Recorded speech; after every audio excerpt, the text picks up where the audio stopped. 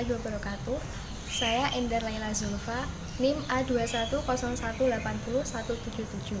Di sini saya akan melaporkan kondisi ekonomi di masyarakat yang terkena dampak resesi ekonomi.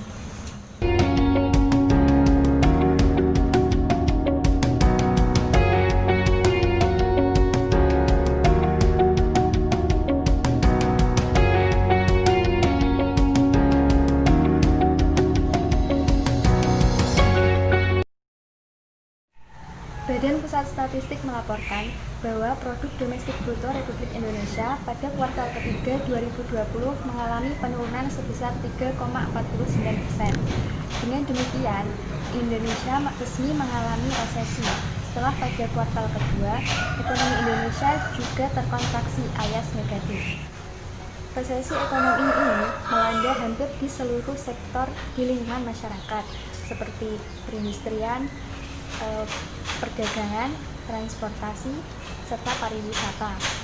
Pada siang hari ini, saya akan mewawancarai salah satu pemilik industri mebel yang terkena dampak akibat resesi ekonomi. Selamat siang Pak, dengan Bapak siapa? Dengan Bapak Solikin. Pada saat ini kan Indonesia sedang mengalami resesi. Bagaimana dampak resesi ekonomi ini terhadap industri Bapak?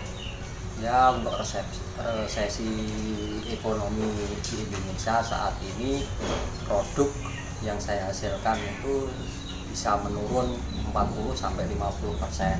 Resesi ini penjualan dan produk ini akhirnya berdampak ke semua orang, antara penjual dan tenaga kerja, karena hasil produk ini menurun, sehingga juga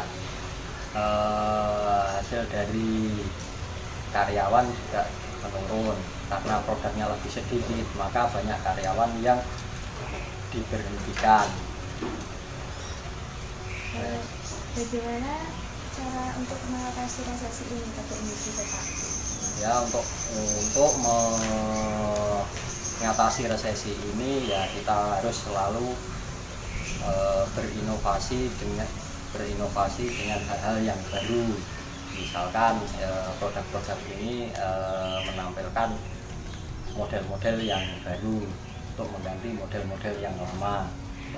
Apa harapannya dari adanya resesi ekonomi ini, Pak? Ya, untuk harapannya semua kita berdoa untuk segera berakhir.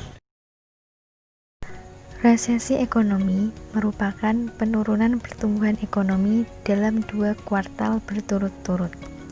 Salah satu sektor yang terkena dampak resesi ekonomi ini yaitu sektor industri mebel Bapak Solikin. Dengan adanya resesi ekonomi ini sangat berpengaruh terhadap kehidupan masyarakat. Di antaranya, pendapatan masyarakat cenderung mengalami penurunan. Banyak dari masyarakat yang kehilangan pekerjaan. Perusahaan melakukan penjualan lebih sedikit dikarenakan menurunnya permintaan masyarakat, serta tidak sedikit dari perusahaan-perusahaan yang gulung tikar. Solusi supaya terhindar dari resesi ekonomi pada kuartal berikutnya yaitu kita harus bijak dalam mengelola keuangan, mengurangi pengeluaran yang tidak perlu, serta bisa membangun bisnis sampingan yang bisa menambah pemasukan. Sekian dari saya, mohon maaf apabila ada kesalahan. Wassalamualaikum warahmatullahi wabarakatuh.